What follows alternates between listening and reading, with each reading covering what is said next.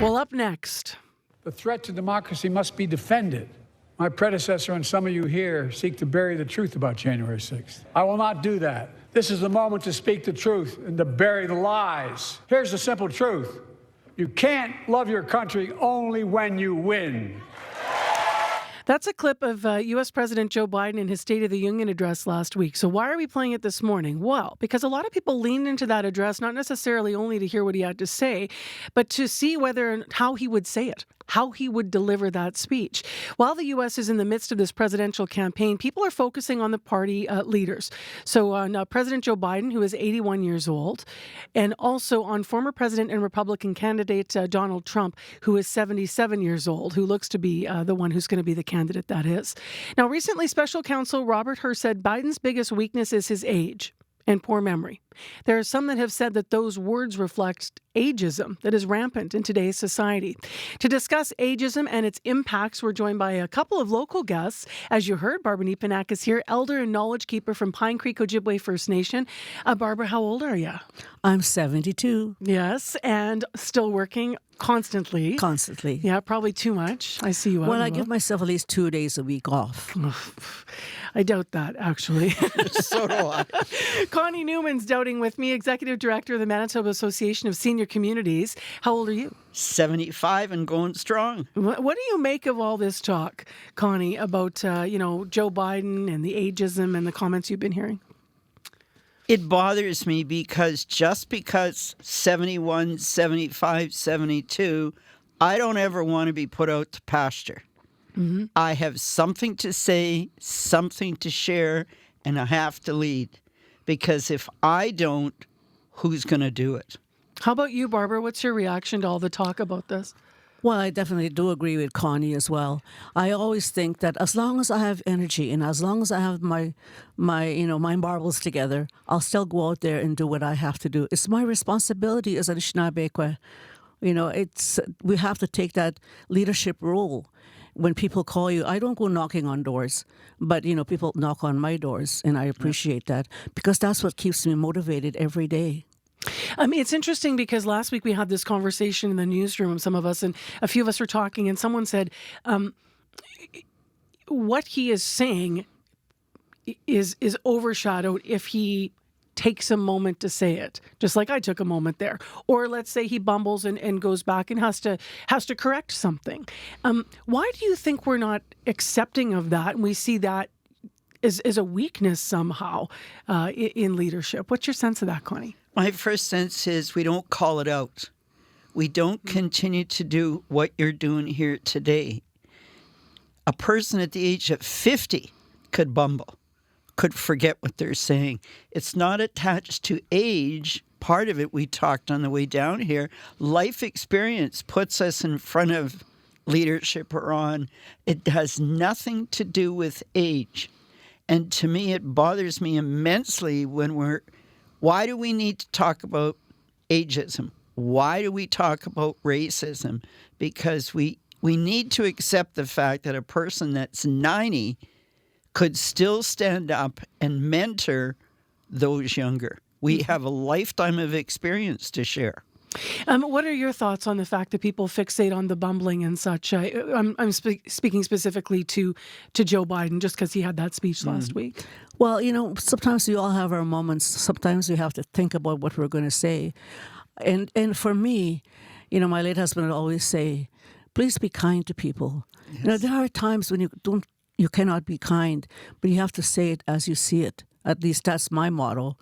But also at the same time, you have to select your words in such a way that nobody will get hurt by what you're going to say, but it would still leave a message. Have either of you experienced ageism yourselves? I'm just curious. Connie's nodding already. Will you share what you've experienced, Connie? Sometimes we do it to ourselves. Okay. The whole idea that we all want to be respected. And just because I'm 75, at this point, the idea of dearie is a big one in my world.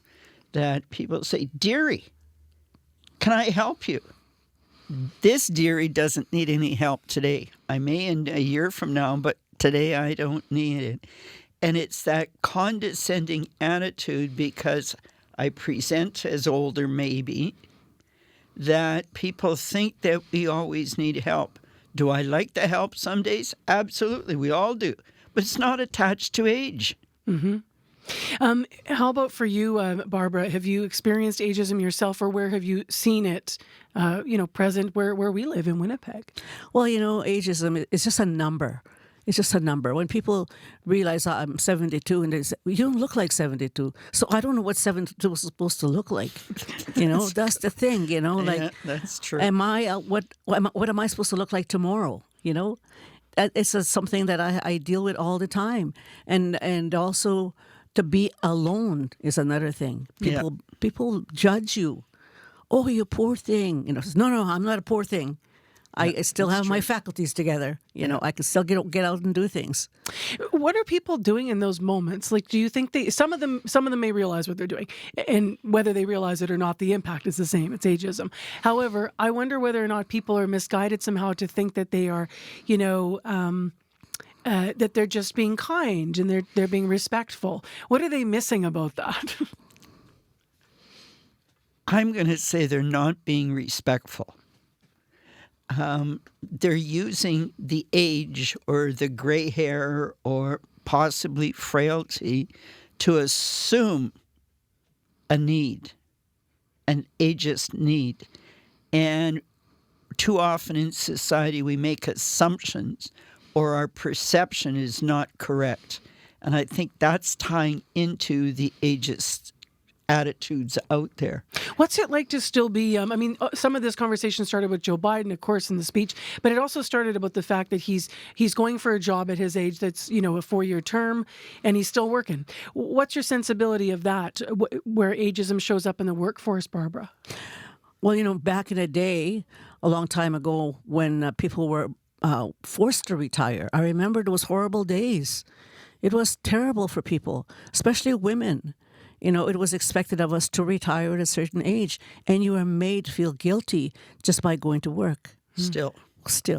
Yeah. Can you give me an example of that and why you're nodding so much, Connie? And maybe, Barbara, you want to finish your thought there. And I think for me, when I saw that, thank goodness that wasn't an issue when I retired. But let me tell you, when I put in my 35-year service, I was out that door fast enough that I could ever walk out because my job was done there. I was doomed to do better and bigger things. And my life changed after I retired at the age of 55. But, those are the kind of choices that we make. Those are the kind of choices that we make to last us, to make sure that we have that energy. Sometimes I think to myself, I'm not going to do anything today. I say that in the morning, but at the end of the day, it's not the fact. It's not a fact anymore. Do we create enough new opportunities for people that are, that have retired and moved on, or can you speak to that as well, Connie?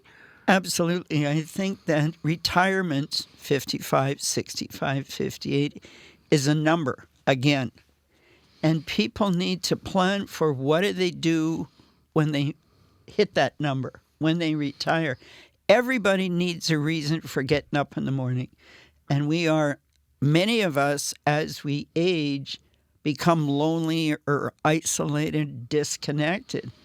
And there are opportunities out there. I'm working with 10, 13 other consultants, young and old, and it's their reason for being. We used to socially connect when we worked. Mm-hmm. Officially work 9 to 5 or whatever it was. Then we retire. If we have no connection, then we become isolated.